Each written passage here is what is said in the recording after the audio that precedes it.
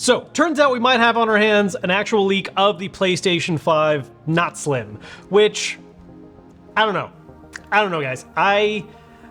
If you've watched me talk about speculative and rumor stuff like this before and leaks, I'm always more on the skeptical side of things, and there's some stuff about this that is compelling to me and stuff that is extremely sketch to me. Real quick, I do want to throw out that while I'm very skeptical about this particular design, I am planning on covering whatever a possible PlayStation 5 revision eventually looks like, along with their other hardware coming out this year, like the Q. So if you don't want to miss out on that content, make sure to subscribe. I'm conflicted enough about it that, initially I was going to make a video, and then the leak kind of kept building, and now I just want to talk about what we're seeing here.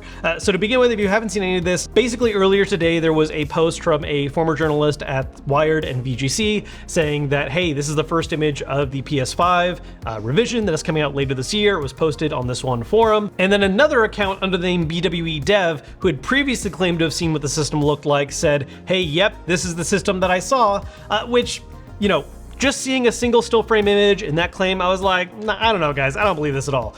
So, upping the ante after a lot of people are talking about this, that same account, BWE, posted a full video of holding up this supposed Slim revision and showing it from all kinds of different sides, which raises so many different questions. First off, as far as the concept of this being a legit leak or not, look, we've had a lot of very convincing fakes in the past. Still frame images are one thing to call out, but holding up an actual unit and showing it, is this something that someone put a lot of time into, making a fake device to get 15 minutes of fame on the internet? Absolutely possible. That is something that has happened before. But there are some things about the physical design of it that makes me feel like it could actually maybe possibly be real. I don't think it is, honestly. Overall, I'm just really skeptical about this. But there are some aspects of how it's designed that I find really interesting. First off, this is not a Slim in the sense that a lot of people are used to thinking of. Normally when you have Slim in the branding, you're picturing a system that is considerably smaller than the baseline it's built off of, and this is not one of those cases. This actually lines up with things that Tom Henderson has said in the past in regards to his supposed info on the next upcoming revision. The dimensions match up very similarly, which is something that I always take with a grain of salt because it's like, oh cool, these two separate places are showing the same thing. But also Henderson's information was already out there. So if someone did want to build a system built off those specifications, they could do that. Either way, if, and that's a big if this were real, it's not so much a slimline system as much as it is a refresh of the system that is just a little bit smaller. Not in the sense of being a full-blown slimline size, but basically being 5 centimeters shorter and just a bit tinier all around. That makes it look not quite as gigantic, but still a pretty big system. Visually, the really big difference here, there's some subtle things like more curvature on the center black line of the system.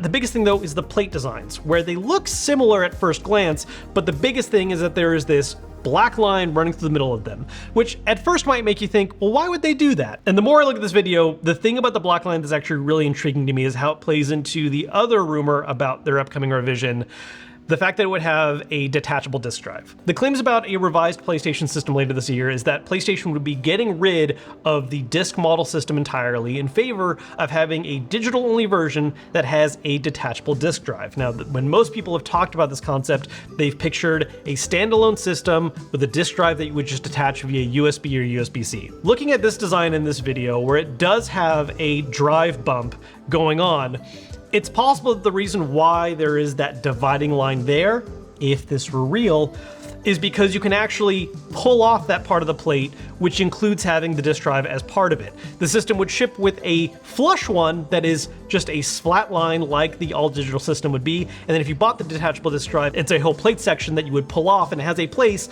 to plug in and attach the disk reader, which I think is actually pretty cool if that is something that Sony's actually doing, because instead of having this separate attachable drive that is just always hanging out by your system, it actually melds into the body of the console and looks like it's a natural part of it, because you're basically just modifying the base body. What this also would allow Sony to do would be to market this new system as being, the mainline PlayStation, sell it at the all-digital price point of $400, and then market the drive separately for whatever price point they want to sell that at, either at the full $100 to keep the same pricing as currently, or maybe even mark it down a little bit, giving us a kind of indirect price drop of the system, where instead of $500 for a disc system, it's $400 for an all-digital system, and then $60 to $80 for a disc drive. So again, tons of salt with this particular leak because neither of the people involved in it right now really have that much established cred as far as leaking stuff in the past goes.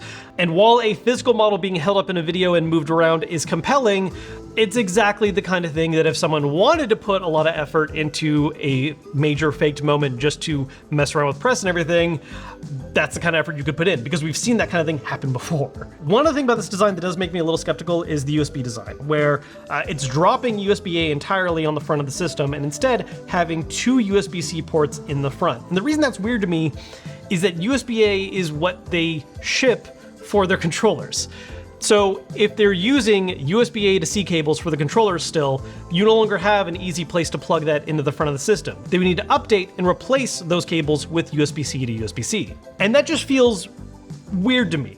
Sure, it probably has a USB-A port in the back, but if part of the point is having an easily accessible USB-A port for those devices that use a traditional USB design, getting rid of it entirely on their mainline model feels weird to me. If it had shipped this way initially, where it was USB-C in the fronts for the original system and they just kept that design going, that makes sense to me because it's part of a console shift. Doing that midway through the console generation, it feels kind of odd. It is something that I think we could see a company do.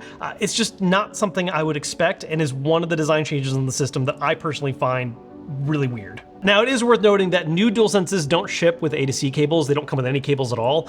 You just have the A to C cable that comes with the system, so this could ship with a C to C for them to use, but the DualSense Edge, which are sold separately, that comes with its own A to C cable. So unless they were to update that line and, after these new systems come out, all the Edges start shipping with C to C, I don't know, it seems like a strange change to make to me. I think currently where I stand on this is there are things about this supposed leak that I do find believable, and if it was the direction Sony was going, I think there are some cool ideas going on with it. Other stuff about it, I'm a little more confused about, and maybe there's additional news that comes alongside it that helps make some of it make more sense. At the same time, there's so much about the way this leak is going down that I just don't really fully trust it. If it wasn't for actually the video of holding up and moving it around and how much that's blowing up, I probably wouldn't even be making this video right now. I just feel like everyone's eyes are on this thing at the moment, and I just need to weigh in on what I think about it. If I have to take a stance as far as like real or fake for now, I'm gonna say fake. I'll happily eat my words a couple months from now if this is the system that gets revealed. There's just a lot about this leak that is very bizarre.